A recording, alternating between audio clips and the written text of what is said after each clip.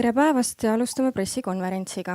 Eestis on 2-päevasel visiidil Euroopa Komisjoni tervise ja toiduohutuse volinik Stella Kyriakidese, kelle visiidi põhifookuses on vähiennetus ja ravi, kuid kellel oli eile kohtumine ka tervise ja tööminister Peep Petersoniga, kus põhiteemana oli kõne all COVID-19 olukord ja vaktsineerimine.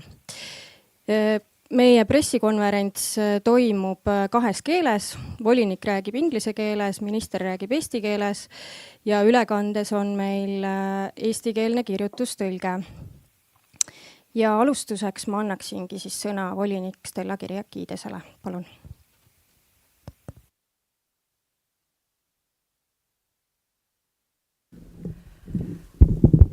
So good morning, everyone.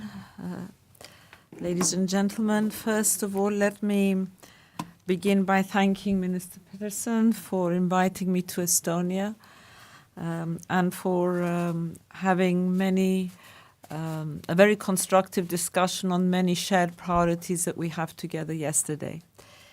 I want to just share a few of the issues that we discussed and, of course, share a conversation with yourselves on issues to do with my portfolio.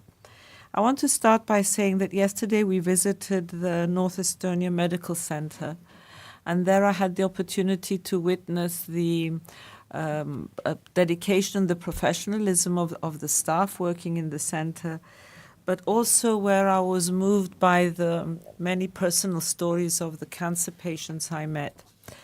And I want to thank the Minister for the support that Estonia gives to Europe's Beating Cancer Plan, but also for making cancer a priority in Estonia. And what I always say when discussing the Europe's Beating Cancer Plan is that when we talk about numbers to do with cancer, these are never just statistics. Behind every number, there is a personal story. Behind every number, there is a family. And this is why we have an opportunity now through Europe's Beating Cancer Plan to change the realities of cancer for European citizens. It is a comprehensive strategy, a roadmap that will bring hope to citizens across Europe and to guide them through their journey from the very beginning, from screening, from prevention to screening, treatment, care, to quality of life issues. As part of this plan, we recently presented our new EU recommendations on cancer screening. This is to bring them in line with the latest scientific recommendations to do with screening. And I believe that this is a turning point for the EU in terms of screening. To give you an idea, the last time these recommendations were updated was 2003. So in 19 years, the world has changed, science has changed, and we have now put forward recommendations based on the latest scientific evidence. The proposal updates the recommendations on screening on breast, cervical and colorectal cancer in view of broadening the screening coverage, but also changing the way screening is done, updating and using the latest technology. And in addition, the new recommendation extends organized screening programs into 3 new areas, into the areas of lung cancer, for lung screening, prostate screening, and in certain conditions, gastric. The cancer plan has substantial funding from the EU for Health program, and with a budget of over 4 billion euro, it aims to deliver real change to the realities of cancer, as I have said. One of the specific aims and ambitions is that by 2030, 90% of the EU population who qualify for breast, cervical, and colorectal screening will have had access to screening programs. So we count on Estonia's strong support for these proposals on screening, the recommendations to go through Council by December of this year. What we want through the cancer plan and, of course, through the access and quality of screening programs is to reduce the inequalities that we now see within, between and within member states. And I was very encouraged yesterday in our discussions with the minister to see that Estonia is taking steps in this direction. Because we know, and there is no doubt about it, that early diagnosis saves lives. And this is why screening programs are of vital importance. I'm not going to give you the numbers to do where we are today with the cancer statistics, but if we do not take action now, we do know that cancer will be the leading cause of death by 2030. So this is why Europe's Beating Cancer Plan is crucially important. I also want to tell you that we estimate that over 100 million screening tests were not performed within the EU because of the pandemic. So this shows you how important it is that we catch up with this. And I want to share with you today that in early 2023, Estonia is one of the member states selected where we'll be launching a communication campaign on screening, on cancer screening, on the importance of screening and the EU's action on cancer. And this should be starting in early 2023. So using this opportunity and your presence here, I urge all citizens, all Estonian citizens who are eligible for screening programs to go to your appointments and respond when invited, because it is extremely important for yourselves that you use the access to the screening programs offered. Now, of course, with the Minister, we also discussed the current COVID situation within the EU and the need to be prepared for another challenging autumn and winter. Ladies and gentlemen, this pandemic is not over. We are currently facing an increase in over 19 member states of new cases. ECDC last week announced as a variant of interest a new subvariant of Omicron. And this uncertainty and unpredictability has been the picture from the start of almost 3 years. We are also seeing now the effects of long COVID, those citizens who have been through COVID, and how what a number of them are witnessing or experiencing, for a better word, symptoms of what we call long COVID for weeks and even months following being ill. So it is extremely important that in order to avoid the increasing pressure being put on health systems in the months to come, and especially because we're seeing this increase of new cases, that we continue vaccinating. Vaccinating and boosters remain our best defense against this virus. We have seen what coordination and solidarity can achieve, and it is vitally important that citizens understand that they need to proceed using the variant-adapted vaccines, which are now available in the EU. These are known to be safe and are known to be effective, giving increased levels of protection against the current strains of the virus. I discussed this with the minister and reiterated the importance that citizens protect themselves, and that this is a message that we need to clearly communicate. By being vaccinated, you protect yourself from serious disease, from the possibilities of hospitalization, from losing your life to COVID, but also from possible long COVID. So vaccination, it is crucial that we proceed with this now. I will not take up more time. I just want to touch on one other point. With the minister yesterday, we touched on another very important topic, and that is that of mental health. Citizens' mental health has been challenged dramatically over the last 3 years with the pandemic. Now, of course, with the war in Ukraine. It is a priority for ourselves as a European Commission to work on mental health. President von der Leyen mentioned this in her State of the Union address this year.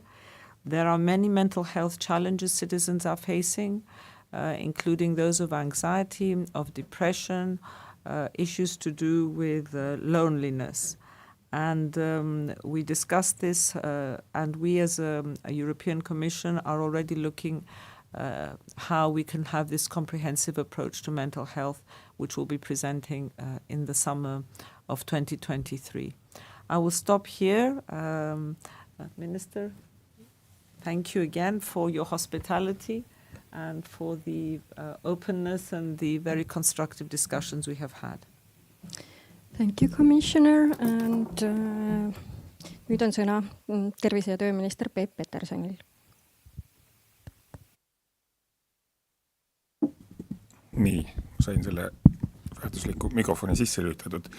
Kõigepealt suur tänu volinik Stella Kyriakidesele selle eest, et teil õnnestus meile külla tulla ja see on esimene visiit siis volinikule Eestisse, et eile oligi ilus päikseline päev, et oli natukene meeldivam meie kena maad vaadata.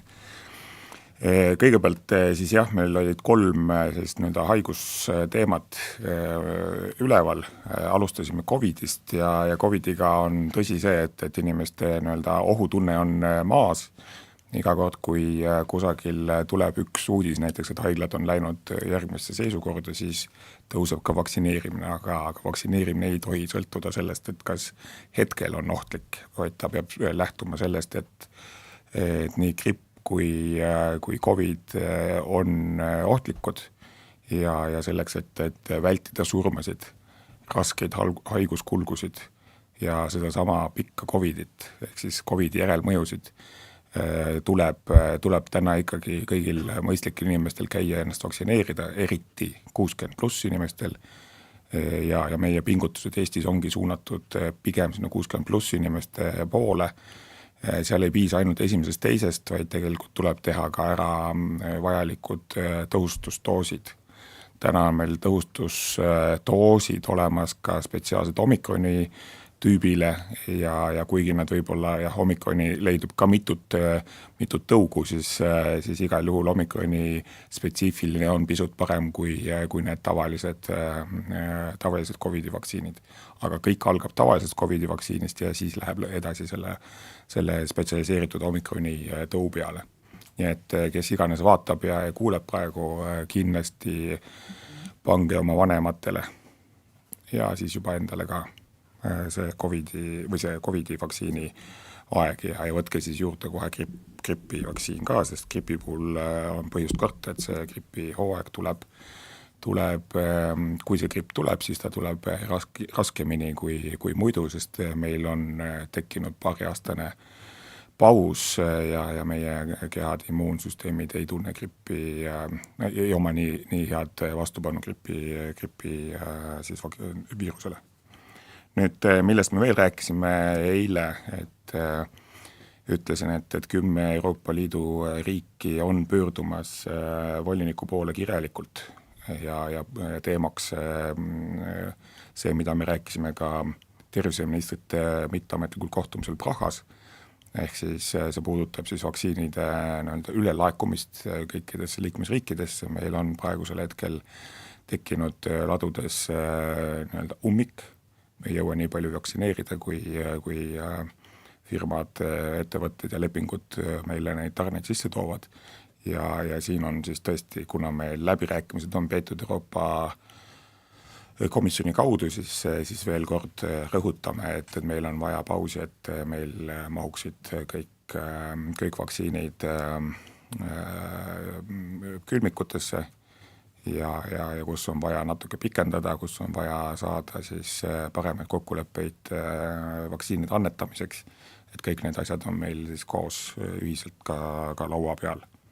Aga see kõik ei tähenda seda, et me ei peaks ise vaktsineerima ja kasutame ka sisemisi logistilisi võimalusi, et perearstidel oleks piisavad kogused vaktsiini käes, et igale sisenejale siis seda ka pakkuda, kes soovib. Teine teema oli meil siis see vähi teema ja siin on volinik tõesti seda nii-öelda vähivastast võitlust Euroopa Liidu tasemel juhtinud ja oleme väga tänulikud, et ta on seda teinud. See vähivastane plaan Euroopa Liidus tähendab, et ka Eestil on oma vähiplaan, millele me hetkel siis teeme rakenduskava. Ma tean, et Vähiliit väga ootab seda rakenduskava ja seal siis saavad mitmed sellised nii-öelda kitsaskohad, mingi lahendusvariandi, on selleks siis onkoloogide puudus Eestis. Meil oleks vaja kohe juurde 25% rohkem onkolooge, kuidas seda nii-öelda mure lahendada, lisaks radioloogiatehnikuid vaja kohe. Ehk siis väga palju sõltub täna sellest, et kui kiiresti me suudame endale koolitada või kuskilt hankida neid spetsialiste. Aga loomulikult taustal on väga tähtis ja mida ütles proua volinik, varajane märkamine, varajane avastamine tagab selle, et elulemus tõuseb. Eestis on vähielulemus oluliselt paranenud 2 põhjusel.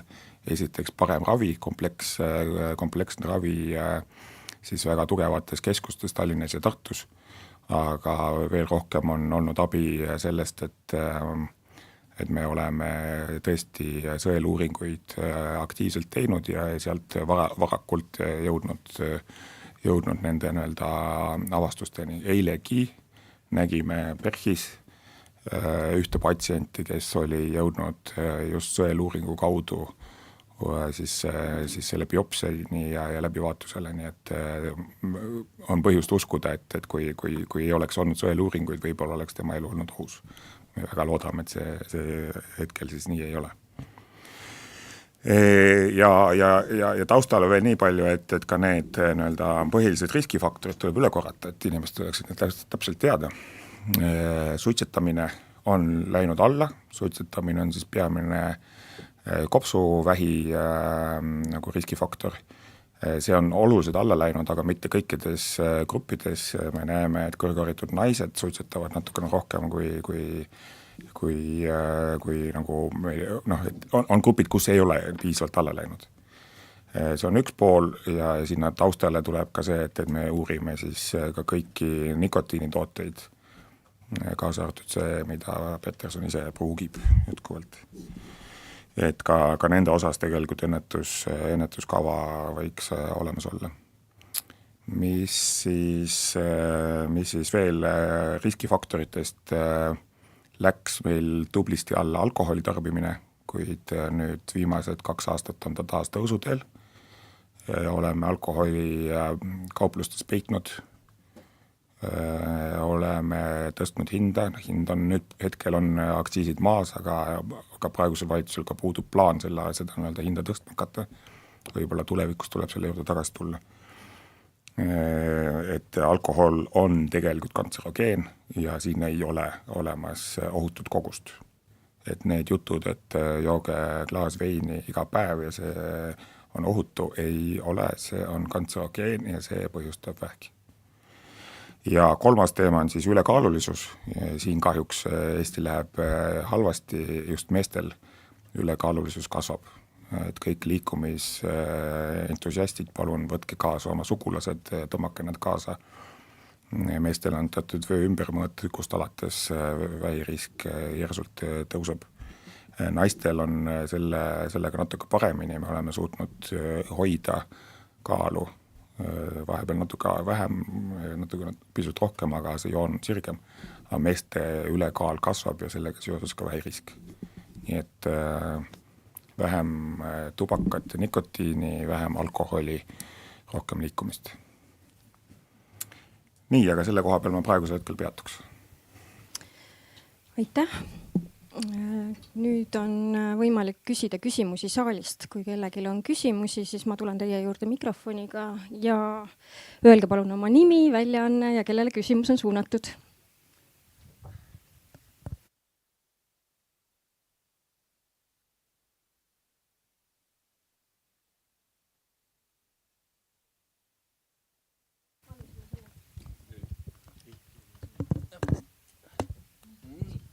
Aitäh! Austatud volinik Madis Indre, olen Eesti Rahvusringhäälingust 6 kuud tagasi Balti peaministrid pöördusid Euroopa Komisjoni poole ja just selle murega, et saabub liiga palju vaktsiine, oluliselt rohkem vaktsiine, kui me jõuame ära kasutada.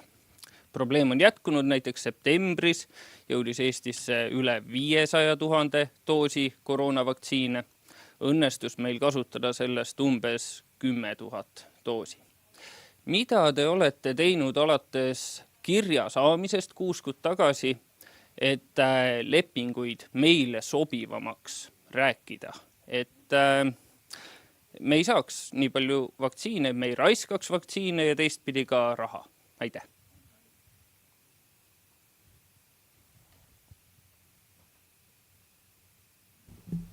Thank you for that question. First of all, I think we need to have an understanding of how the contracts were negotiated. The contracts were negotiated with the member states and on behalf of the member states. So there was a negotiating team which consisted of representatives of the Commission and representatives of a group of member states in the negotiations with the companies.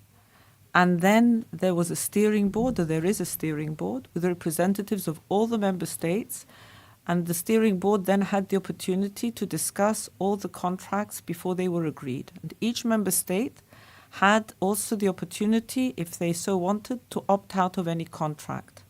So these contracts were negotiated with and on behalf of the member states. We are aware of the issue that has arisen, and we have been engaging with the member states, with the companies, in view of adapting the contracts in line with the member states' needs.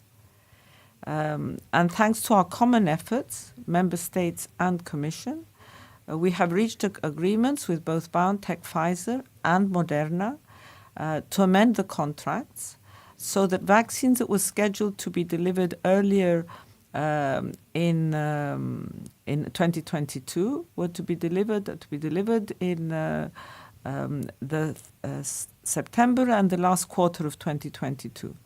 And these doses are already being delivered since September. So there are ongoing negotiations and work with the companies together with the member states in order to deal with the difficulties that have been arising. But I wanted to be absolutely clear here that it is with the member states that these negotiations have been taken place from day one, and that we need to be very realistic that any amendments to the contracts need to be achieved with a negotiated agreement together with the vaccine manufacturers. There is ongoing work continuously with this in order to solve some of the problems that have been arising. Aitäh vastuse eest, ma küsin ka lisaküsimuse. Mis on teie eesmärk, mis puudutab nüüd neid vaktsiine, mis peaksid saabuma järgmisel aastal? Ma saan aru, sel aastal saabuma mõeldud vaktsiinidega teie vaates ollakse leidnud lahendust, nad saabuvad siis aasta lõpu poole. Aga endiselt, nagu ministergi viitas, siis laod on täis ja vaktsiinid ja ka raha lähevad raisku. Mis on teie eesmärk, mis võiks saada nendest vaktsiinitarnetest, mis peaksid tulema järgmisel aastal? Ja veel enam, kas ja kuidas te plaanite vaktsiinide annetamise protsessi tõustada? Aitäh!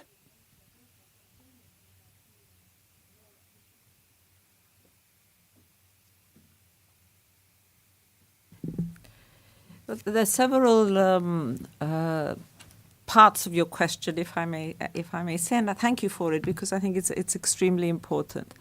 First of all, I think very few of us or very few people could have predicted that the vaccine, the development of vaccines and the vaccine strategy could have been so successful when we were back in 2020. We tend to forget where we started from with this pandemic. And this has shown the strength of collaboration and of solidarity within the EU, how 27 member states worked together in order to negotiate these contracts with the companies, the member states together with the Commission, and in order to have vaccines available. And I'm aware that being in Estonia, one of the smaller member states, how important it was that vaccines were available in every single member state at the same time. I think that this shows the power of solidarity and cooperation within the EU, that all the citizens had access to vaccines once we reached safe and effective vaccines, and this was not a given. This showed what science can do when everybody works together, that all the citizens had access to these vaccines at the same time. Now, the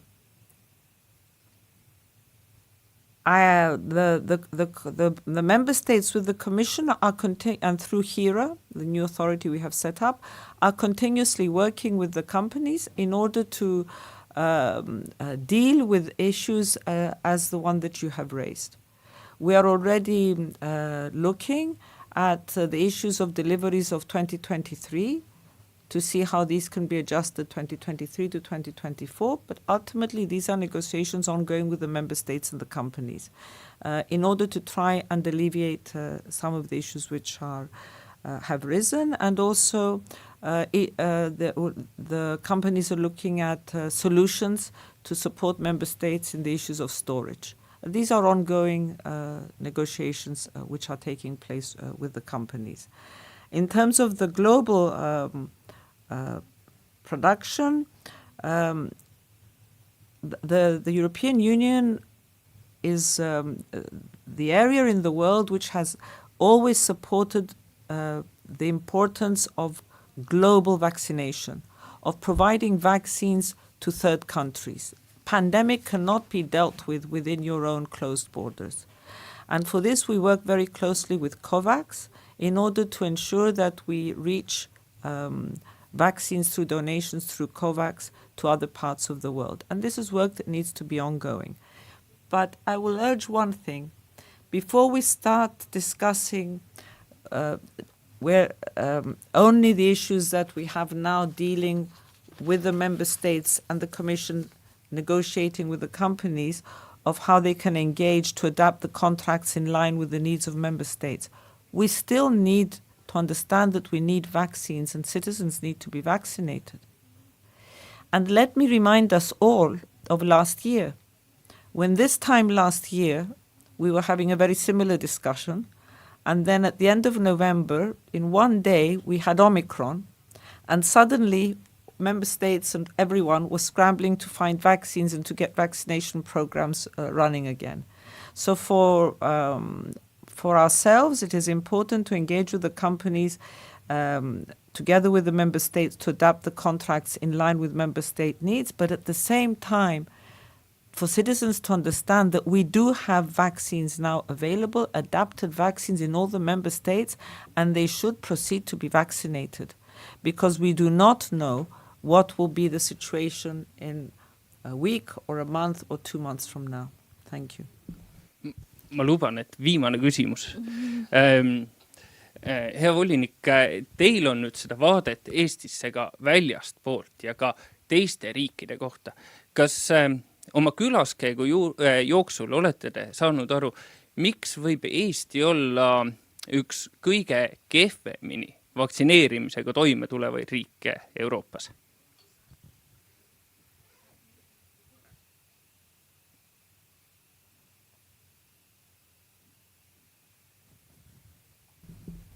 I will allow the minister to answer that. I'm not sure if we can judge. Vaccine coverage is something, and vaccine hesitancy is multifactorial. We have seen this from the very beginning. And it very much depends on the epidemiological situation in each member state, and it very much depends on how citizens respond to the need for vaccination. So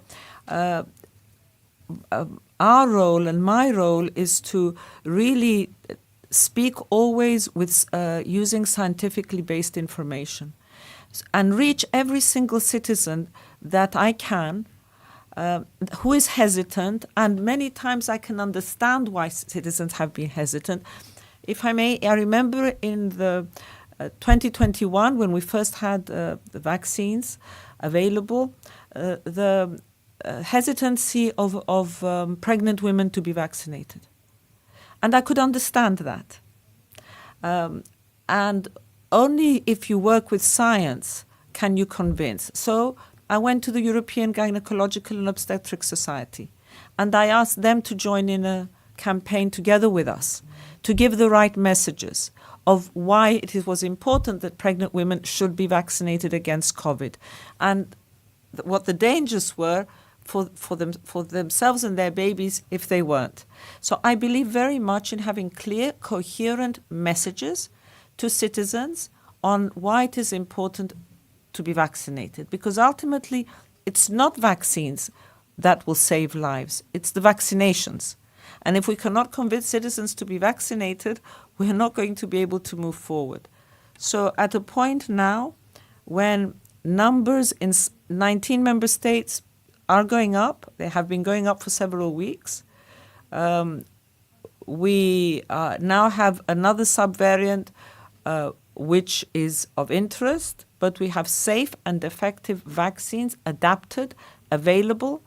My call to citizens is to trust the science and protect themselves and encourage, as the minister said, those around them, their elderly relatives, their parents, to build up this shield. Because with the numbers we have now, we are not where we were a year ago, and that is because we have vaccinations. But for the specifics of Estonia, if I may, I will give the floor to the minister.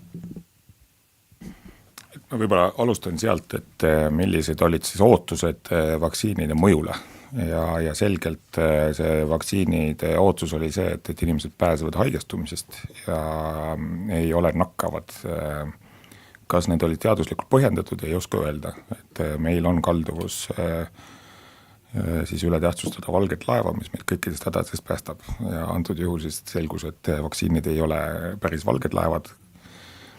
Mida me näeme on täna see, et väga laialt levib see omikroni tüüp, mis iseenesest on ohutu, aga sellegi poolest, kuna ta nii laialt levib, siis ta tegelikult toob kaasa surmajuhtumeid.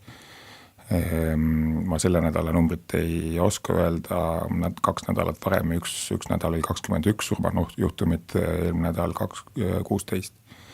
Kus meil ei ole surmajuhtumeid või kus on vähem, suhteliselt vähem surmajuhtumeid on hooldekodud. Ja see on puhtalt tänu sellele, et sealt on need vaktsineerimisringid läbi käinud ja seal on ka aktiivselt pakutud tõhustusdoose. Ja see on see põhjus, miks tegelikult on meil õnnestunud hooldekodud elanike säästa. Nii et see mõte nüüd kogu selle vaktsiini ülekülluse juures on see, et me peame jätkuvalt vaktsineerima selleks, et hoida ära surmad ja hoida ära rasked haigestumised. Ja ka siis, mida raskem on haigestumine, seda tõsisem on see long COVIDi mõju. Nii et ma kutsun üles tegelikult neid saabunud ladusid tühjendama enne kõike vaktsineerimise kaudu.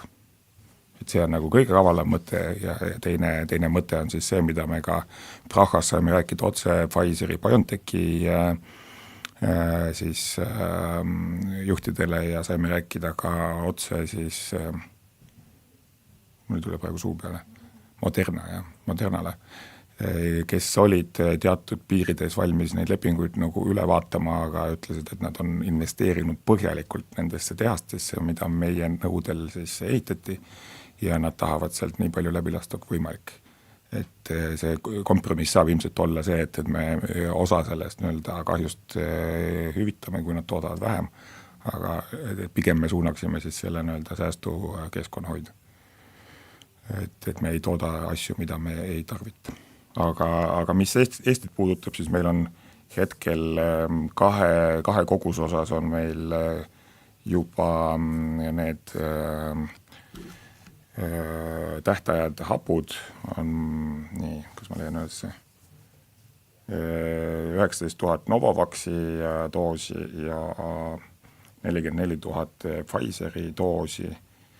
Nende tähtaega on juba saabunud, me ootasime, et kas nende tähtaega muudetakse, ei ole muudetud, tõenäoliselt need on need esimesed doosid, mille puhul tuleb hävitamist rakendada, kuigi firmad on lubanud pakkuda ka tagasikorjamist ja siis nad toimetavad nendega juba ise.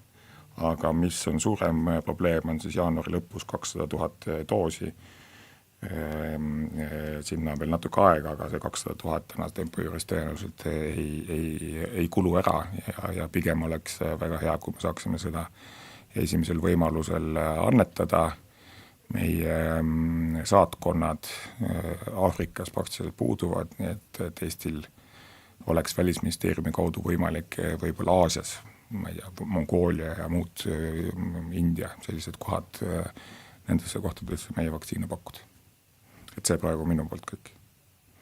Aga koostöö komisjoniga on meil olnud hea ja komisjon tõesti teeb parimat, et neid suuri lepinguid siis niimoodi muuta ja saada neid kokkuleppeid, mis vähemasti keskkonna säästaksid, aga kui me näiteks siin valitsuses loobusime hiljuti Valneva tarnetest, siis selge on see, et väike kahju sealt tuleb meile kaasa, aga vähemasti me hoidsime ära selle suurema koguse saabumise ja sealhulgas ka siis kulud vastavalt olid väiksemad.